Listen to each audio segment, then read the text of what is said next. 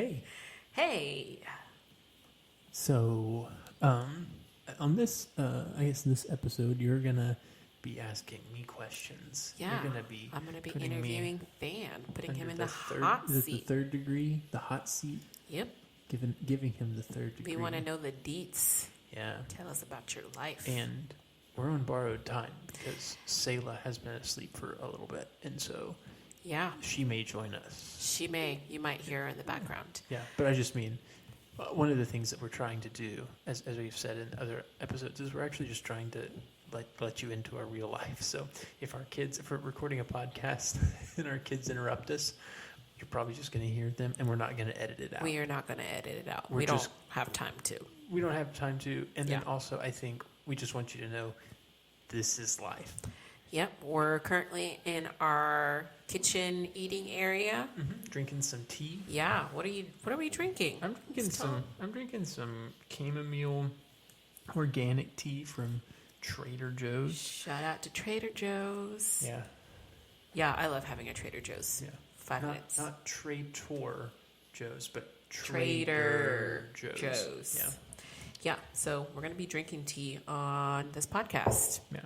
If you're a tea drinker and have some suggestions. Oh, yeah. We'd love suggestions on what teas we should be drinking. Yep. Because normally we're recording this at night. Uh-huh. Though we might record some during the day. But yeah. So anyway, we digress. Yeah. You didn't want to hear all that information about Nope, us. But if you it's- do hear our kid come in, they're just going to be there. Just thought you should know that. Yeah. Yeah. Just yeah. So on this episode, we are going to be putting Than in the hot seat. So Than, let us know, what was life growing up for young Than? For young Thanius.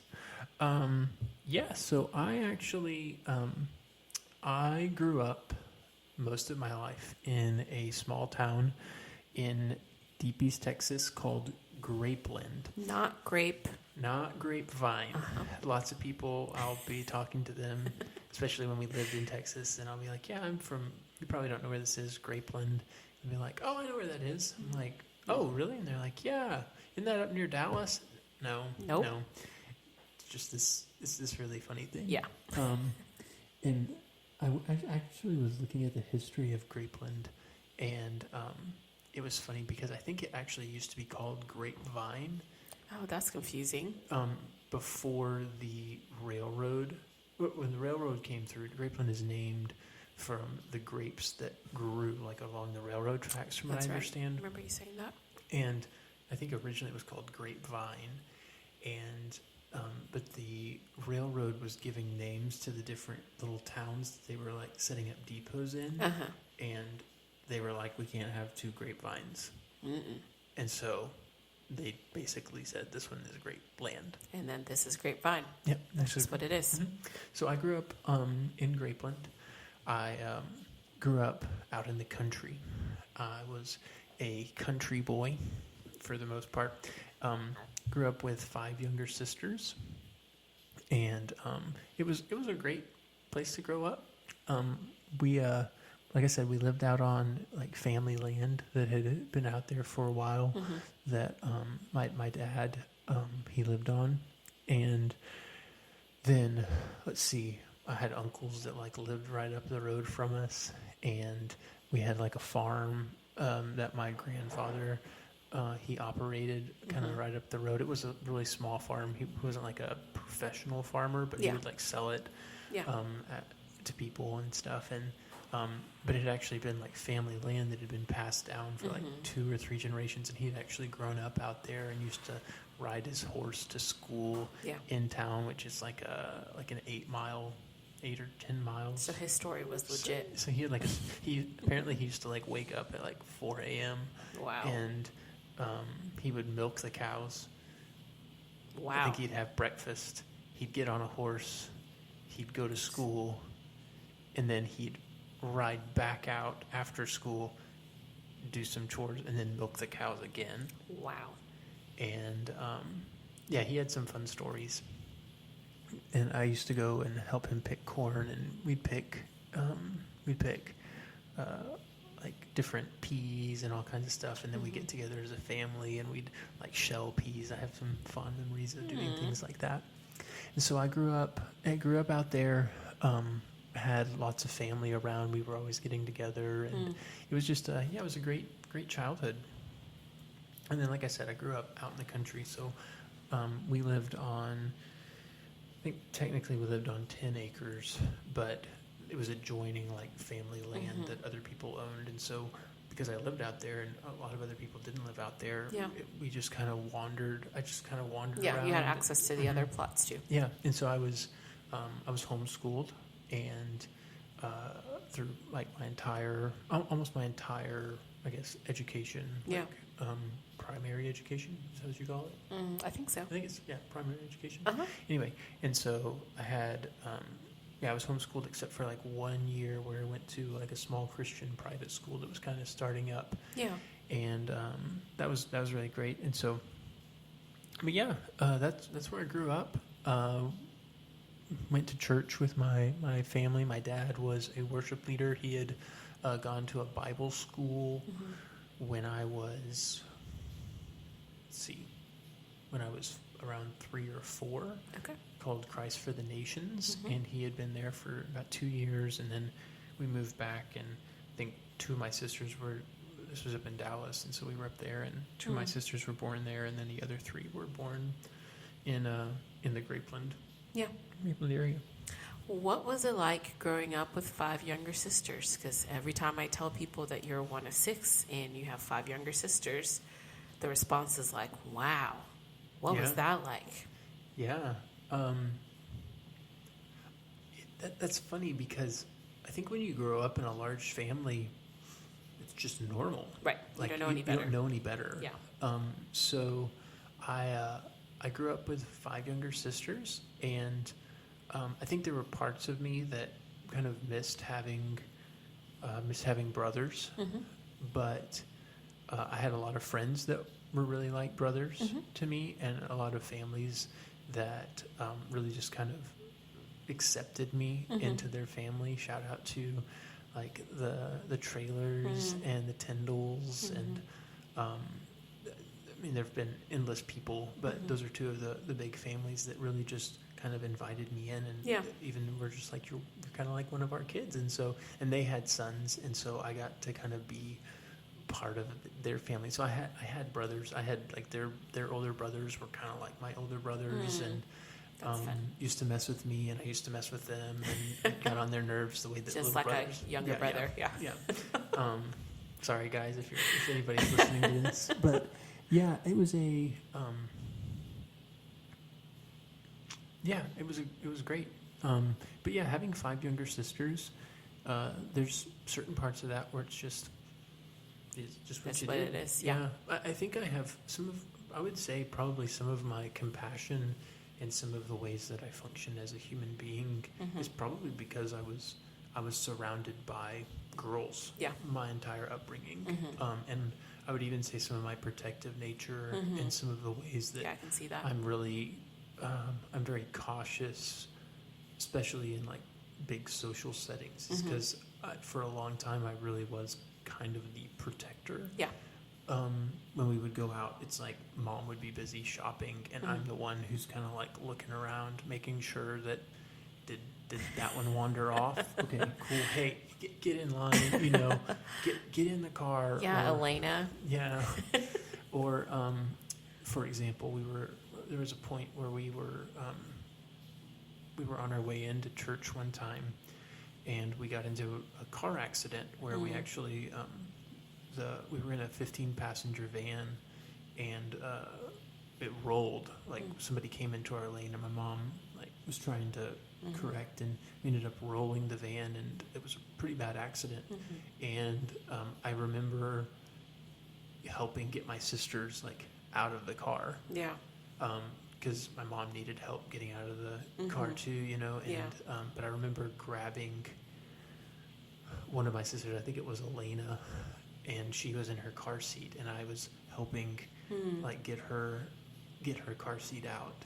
And I just remember those were some of those moments where it's like, oh yeah, I was always in this position of watching out. So it's funny when we're out with our kids, like I'm always looking and Yeah. I'm always like, I always know where they are. Yeah. Even if it doesn't look like I know where they are, like I generally Yeah, know you're where on they it. are. You're definitely And, more cautious than I am. and especially like when we're in like a parking lot or something like, or if we're in a group of people, Yeah. I naturally take on like a big brother kind of role. Yeah. If there's not like a clear authority there, I naturally like take that on. Like I move Yeah. without even really thinking about it.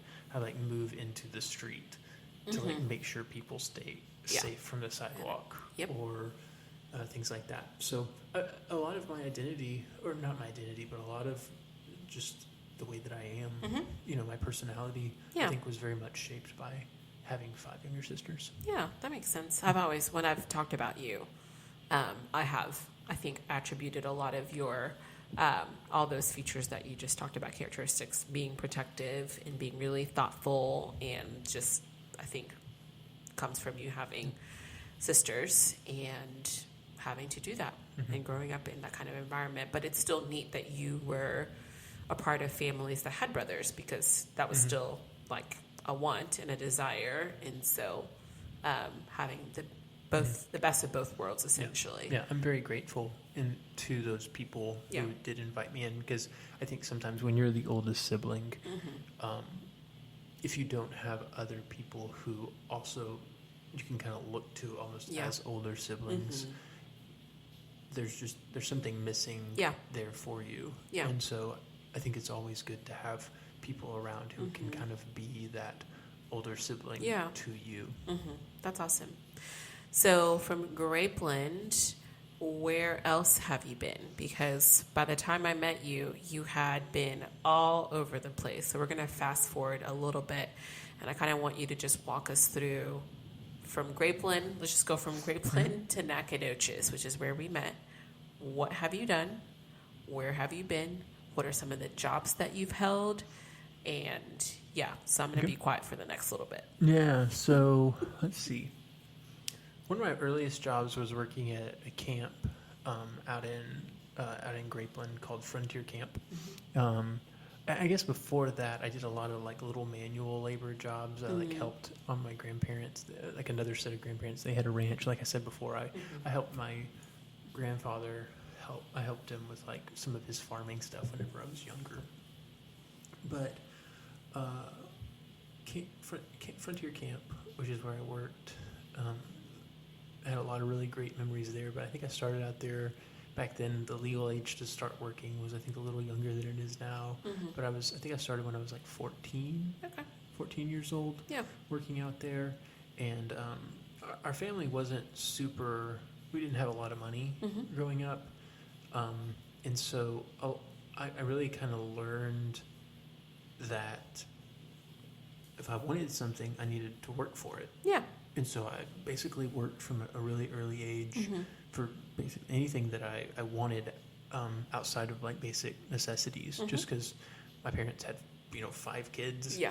and were busy trying to do a bunch of other stuff, and they were really great, and they took care of us. But it was, it was like if I wanted movies, or if Like I wanted extra things. I had to work for them. Yeah. And so, I did, and so I worked at camp for a long time.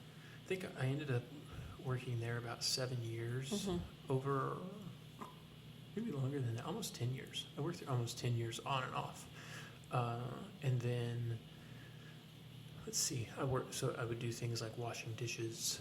I helped wrangle horses. When you work at a camp, anybody kinda who's worked do. at a camp, you do a bunch of different stuff. Yeah. Especially whenever we were working retreat season, and you're doing stuff. So I'm really scared of heights. But I did some ropes course training stuff, which I remember climbing up the poles and like shaking on my way up and being like, I don't know why I'm doing this.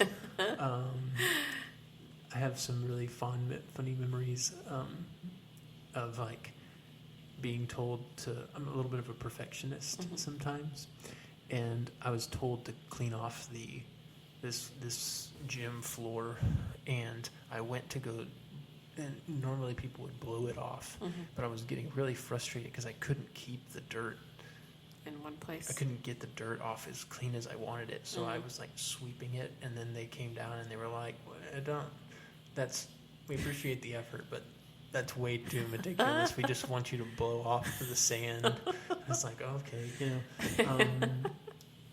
so anyway, doing all kinds of different things.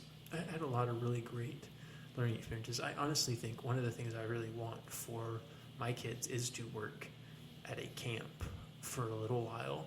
I think there's just a lot of things that you learn about hard work. Yeah. You learn how to work with other people from various backgrounds, but it's generally in a pretty safe environment. Yeah. And so this frontier camp was, so it was great.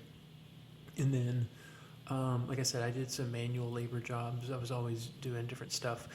In high school, I found out that I had a lot of like really bad breathing problems, and found out that actually I had a really bad allergy to basically everything. So we had dogs around. I was allergic to dogs. I was allergic to grass, like really allergic to grass.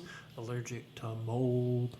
Allergic to dust mites, and basically everything that I did, I was allergic to. Yeah. And I started taking shots, but the physician's assistant that we were seeing was just like, you basically can't do anything with like mowing or anything like it, because it actually really affects my breathing. And I remember like my entire life I had like just terrible drainage issues, and it wasn't from dairy, because we didn't actually do dairy when I was a kid. Yeah. It was just from like being around dust all the time. Yeah, and dogs. Dogs and dirt and grass. Yeah. And so, what that did is that it kind of got me out of doing mowing, which I actually like mowing, and I've done mowing since, but it still makes me like, makes me like break out in a rash, and I get really itchy, and so I have to go like shower immediately afterwards, and it affects my breathing for like 2 or 3 days. And if I'm in a house with dogs, it can really affect me. Yeah. Anyway, we're getting into Than's health issues. Didn't mean to do that. But yeah, so I worked there. I worked for a little bit for a construction company. We did some roofing, metal roofing in particular, and then did some caulking and painting and that kind of stuff. Did that for a little bit. Let's see. I've worked, so that was, I'm trying to think if there were other jobs that I did in like the Grapeland area. I've worked as like a youth intern at a church, at a couple different churches. So I'll just try and walk through. So I graduated high school in 2007.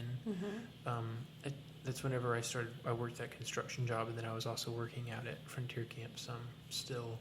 And then I ended up going to school and worked through school. I did community college. I did 2.5 years. So you got your associates? So I got my associate's degree. And my final semester, I had nothing but electives to get my associate's degree. So I ended up moving to Athens, Texas. And while I was in Athens, my family had done like children's theater, and my parents had done these variety shows. My mom and dad were both pretty artistic, and all my sisters were really artistic. And I'd always really wanted to do acting and do things with film. That had just been kind of a passion for me for a while. I think the environment that I grew up in, especially in East Texas, my parents were really supportive, and everyone that I knew was really supportive. But I think the culture that I was in, I for a long time talked about wanting to go into the military. I talked about wanting to be a police officer. I talked about, I had a dream to like be in the Secret Service. I had a dream to do those things. And that's what I talked about doing for a long time. But when I was in high school, I think I started to realize what I really care about is like, I really like film. Like I started to discover movies, and I started to discover just, oh wow, I love stories, and I love these things. Yeah. And but it kind of felt a little far-fetched. It almost felt like a dream. And so I didn't really know what I wanted to do. Yeah. But deep down, I think there was this longing to do something within the entertainment industry. Mm-hmm. And so my last semester of community college was an interesting one.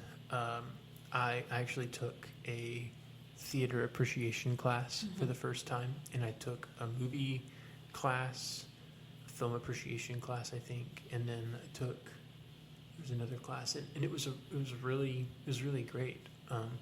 But I was also in a really bad accident that semester with a couple of friends, actually on our way out to Frontier Camp, and it ended up in the accident.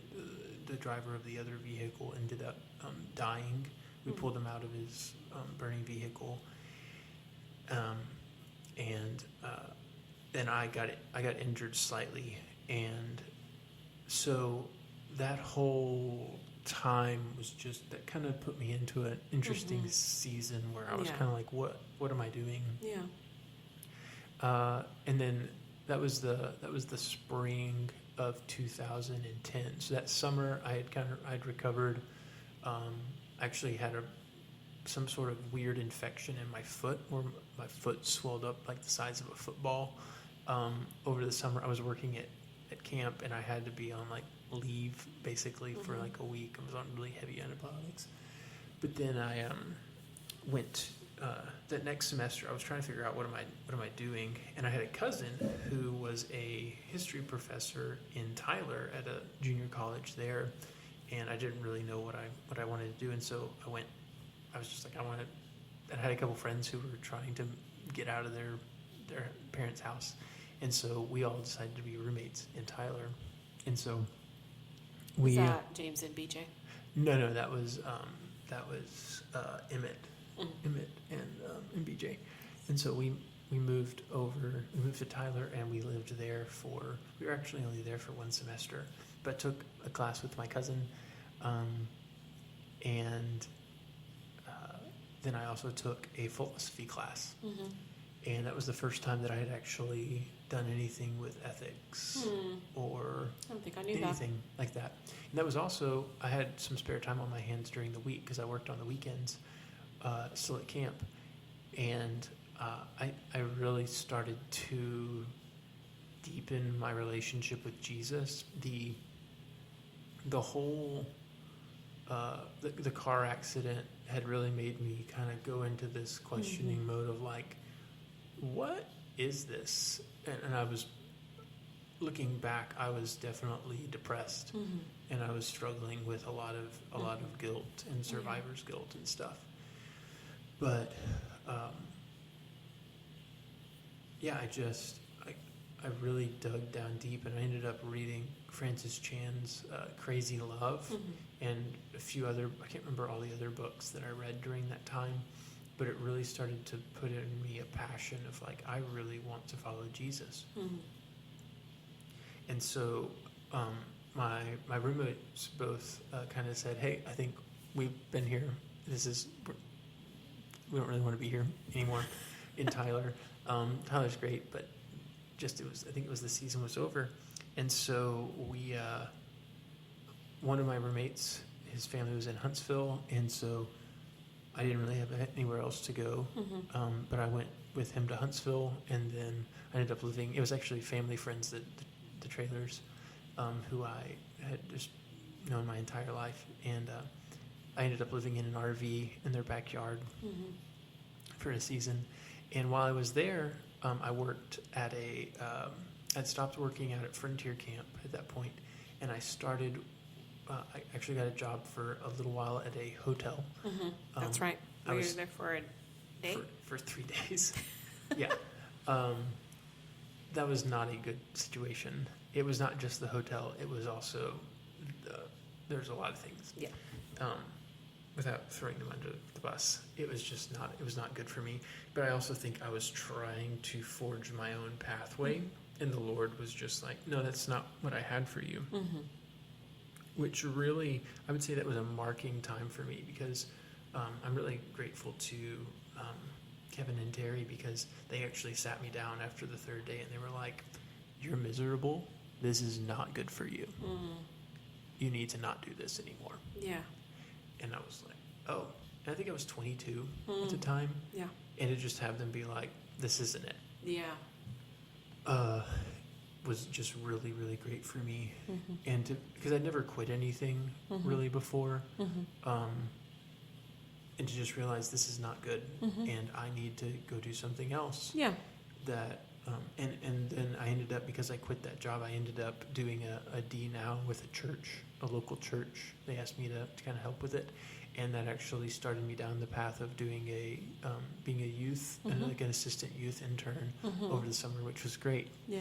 And then being an assistant youth intern, we ended up going on this mission trip to the Dallas-Fort Worth area, and we were working with this ministry that did stuff with inner city homelessness and things. And I just really had this passion in my heart of like, I really want to like care for the least of these. And so I started talking about how do I do this. And so my time in Huntsville kind of came to an end for that summer, and I was looking at what am I going to do now. And so I talked about I'm going to go move into a homeless shelter so I can talk to homeless people about Jesus. And one of my other families that had kind of, adopted me in the past, the Tyndalls, Mike, who's also one of my pastors at one point in Grapeland, he was like, "Don't do that. You're going to be taking somebody's bed who actually needs it." I have a son named Ben, and I knew Ben, who is actually the director of a homeless shelter. You should talk to him. Yeah. And so that was over in Coppers Cove, Texas. And so I talked to Ben, and I ended up moving in with him and his family in Coppers Cove, Texas. And I lived with them for about 5 months. Okay. They let me live with them. That was great. That was a growing experience for me. It was the first time I'd actually lived with a family with younger kids. I had some growing to do. I was a great roommate at certain points, and then at other times I was not, but they were very gracious. And I was also very grateful because they kind of, we had a couple conversations where they just kind of were like, "Hey, you're not actually pulling your weight." Yeah. And it's like, "Oh, Yeah. yeah, I'm not." Yeah. Okay, I should do that, Yep. because I started out pulling my weight and I was like washing dishes and doing the things, and then over time I just kind of became more self-absorbed. Yeah. And then there was an opportunity for me to I've been in contact with my biological father and via Facebook over the last I guess like 2 or 3 years at that point, and an opportunity came up for me to move in with one of my friends in College Station. And so I'd been asking the Lord, like, "Hey, is this something that you actually want me to do or not? And I guess if you want me to, I really need you to provide a space." And so kind of just out of the blue, I got a message from my friend James, who was a good friend from working at Frontier Camp, and he was like, "Hey, I need a roommate for 1 semester."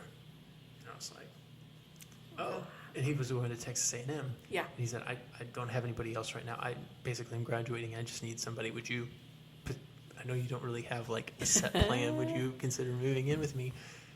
And I was like, yes. And so I ended up moving in with him and also my friend Emmett. So I got to be roommates with Emmett 2 times. Nice. And so that's how that went. So I moved to College Station, got to meet my dad, got to meet my brother and sister and my stepmom, and then I also have a stepbrother. And so I got to meet them and was there for about 5 months. And then I actually moved back to Huntsville for the summer. The youth pastor that I had been working with the summer before asked me if I would come back, if I'd be interested in coming back. So I came back. I moved to Huntsville, was there. I got to live with the same family that I had lived with before, the Dixons, who they were great. They were also another family that just invited me in over those 2 years. And Just loved being with them. They also put up with me and some of my roommate tendencies, where I was not always the most helpful. Also growing experiences, Yeah. but went to a lot of Astros games, did movies, and all kinds of stuff. And yeah, just there's so many places where I can just see the Lord's favor just along the path. Looking back, it's like it was all kind of just fun. I was just kind of going. I literally could put everything in the back of my truck and just move. And but there were so many people that along the way who were just so gracious. And if I'm missing anybody and you were like a part of that, sorry. It's just it was such a good time for me to kind of develop and grow. And then let's see. So then by the time that I got to Huntsville, I was trying to figure out, do I go back in and do radio, television, and film? Like, what is this that I want to do? And I kind of just had this harebrained idea of I'll apply to a couple of universities for their theater department. Yeah. Like, because I think that's really, really what I wanted to do was acting, but I didn't really want to tell anybody that because, who wants to deal with that aggravation of having to tell people that you want to be an actor? It's like, what is, yeah, anyway. And I didn't know. So, yeah. So I ended up getting into SFA, which was a funny story because this is just how I lived life at the time. I was just like, cool, I'm just kind of going. And I'd never been to university before, so I didn't know there was this thing called an advising appointment where you had to be advised for your degree. Yeah. In community college, you had that kind of, but it was just like, here's all the classes you can take. Yeah. Count towards your major. It's a bit stricter and more. Yeah, it was a lot stricter. Structured. So I didn't know that was a thing. So I went to go register for my classes because I kind of figured I know what classes I need to graduate. I can look at the degree plan online. I just need to take all those classes. And there was this advising hold. And so I called and was like, hey, can I get that removed so I can register? And they were like, no, you actually need to come in and talk to the director of the theater department. So I went to talk to him, and he said, how did you get into our program? I was like, I don't know, sir. I just got in. I applied. And he's like, okay, you were supposed to audition. You were supposed to do all these different things. And I was like, oh, I didn't know. And he said, and this is a really hard major. I said, I'm sure it is. I'm just here. And he said, okay, we'll go ahead and let you take some classes. But you just need to know, like, this is actually going to be difficult. And Yeah. Okay. And so I ended up taking some classes. And I had so much fun. Yeah. I had so much fun. But in the midst of all that, I realized that I didn't have community yet. And for me, the theater department, although it was really great, and there were great people in it, there was a lot of things that were really dark in it as well.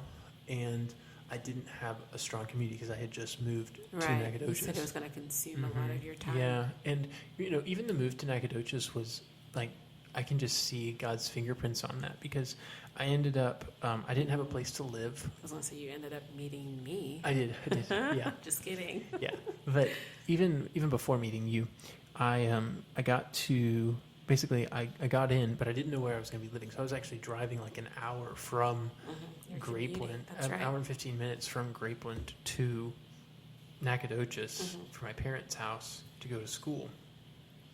I didn't really have a lot of money. I didn't have a job at the time. And there was this really sweet couple, the Wheelers, who my parents knew through a community called Tres Dias.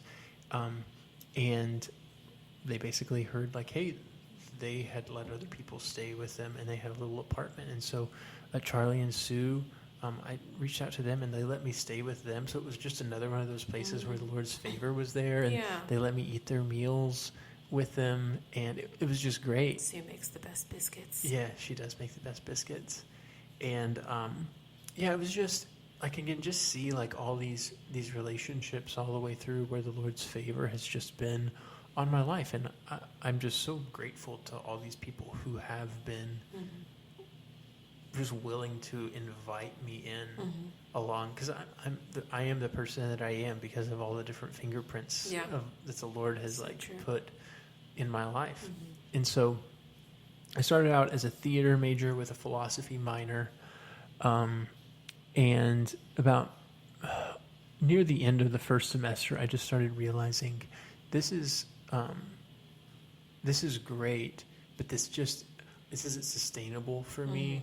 Yeah. I don't know how to maintain my relationship with Jesus and do this too, because they're just two very opposing ways of living life.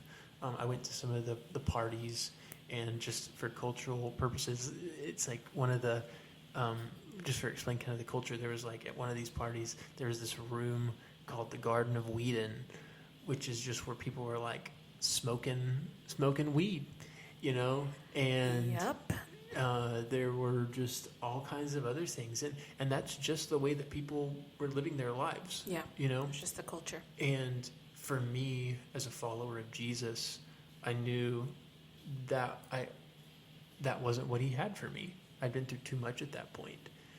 And so I really wanted to find other believers and to have that community, because my real hope is to actually be around people and to love on people, because there's so many people that I've encountered, just even like in the homeless ministry that I worked at for a brief period of time, in the theater industry. Like, people are just they're broken, and they're looking for hope. Yeah.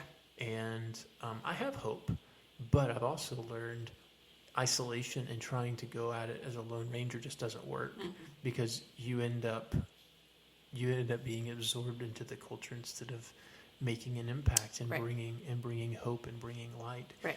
And so I ended up switching from a theater major to a philosophy major, which for some people they're like, what's better? But it gave me more time. Yeah. And that's the real thing, is that, and what people may or may not realize is that, like, in a theater program, you're absorbed in that completely, because that's all you're doing. So all the people you were hanging out with, that's what they were doing. Yeah. And you're just trying to like foster that as much as possible, because you're all part of this. You're part of this tribe, right? Really, kind of like what people talk about with like band, or people talk about like in sports. Like, that's really what you do. Those are your people. Those are your people. And so, for me, I realized like they are kind of my people, but I also need other people for this other part of my life that is actually who I really am. And so I ended up switching to philosophy so that I would have more time, and then I could also still continue to pursue. And so I did some student films, I did some other things, and it was great. I had a great time. And then I ended up working at SFA. I ended up working in the dean's office for education, and so I did like an office job. That was my first time doing like a true office job, where it was like filing and all that kind of stuff, and answering the phones, and but I was in the AC in the heat of the summer. Yeah, you were. And so that was nice. Pretty nice job. And then I'm trying to think, I don't think I worked at camp when I was at SFA. I don't think so. And if you did, it might have been the first semester. If you did like a weekend, maybe retreat. Yeah, but I don't think I did. I think I was pretty much done at that point. I'm pretty sure. That would have been the only time if you did. So yeah. But yeah, that's kind of how I got to where. That's how I got to the place where I met you. Yeah, we met in college. Yeah. Wow, you have gone through the multiple jobs you've had, and then the places you have visited. I just remember meeting you for the first time and talking through your life, and you just being like, I mean, you're a year older than me, and you're like, yep, done all these things, and here I am, just like Yeah. packed up my stuff and here I am. And it's like, what? Yeah. Little did you know that was going to be your life too. Ha ha. Yeah. That's going to be another episode. Yeah. The theme of our lives. Yeah. But I think that's one of those things as we're just talking through like life and is, yeah, there's just these moments as you walk back through that where I've just seen the Lord's faithfulness. And like I said, like there was a big change moment for me whenever there was that car accident. Yeah. I had been following Jesus since like high school. I think I'd been really trying to pursue him, and then I'd grown up in a Christian family that was very committed. But I think that was like a real turning point for me in actually being passionate about Jesus. Was that time at Tyler Junior College and kind of hitting like a low in my life, which I can talk about at another time. Yeah. But yeah, I think just realizing like how faithful the Lord has been all the way through to this point, and how he's just lined up all those things, like they just kind of naturally occurred. Yeah. And I think even just in our story, to kind of talk about that just a little bit, that's been a thing that we've experienced too, where we've really just seen the Lord bring us into things. Like we weren't really like, we didn't ever think we would be in Redding, California. Nope. At all. Never thought we would leave Nacogdoches. Yeah, for a while there we didn't. Never. I mean, we've. Yeah, I mean, it's just been kind of one thing after the other. It's wild. And so. Maybe that's something we can touch on in the next episode too. What? Just like the kind of that thread of even in like our lives separately and now being together, and how that continues to be a thread of one, his faithfulness, and just like these are things that we weren't even really thinking about, and being in the middle of some of those things, it doesn't always feel like, wow, I love this adventure. Yeah. This is amazing. I mean, moving to Redding, it's been really awesome, but it's not been without its challenges. It's been really hard. It's been like, yes, we're glad we said yes. We're glad we're here. No regrets whatsoever. But yeah, wow. Yeah, it's been really hard. I mean, along the journey, we've had, like, as I think we mentioned, like we've had really great times where it's been like we've been flourishing. There's a gnat that's just like flying around our faces right now, and it's really irritating. But got it. Yay, maybe. Anyway, but yeah, it's like we've been going, but it's been like we've just seen the Lord having to take care of us all along the way, and He's done it super well. Dreza's over there trying not to yawn and trying to wrap this one up. So yeah, I think we'll pick up and kind of talk about our journey. I guess we'll probably talk about our journey together next time on this. Just kind of how we actually met, how the different versions of how we met, Gosh, and the kind of the journey from that point forward into where we are right now. Yeah. So, yeah. So cool.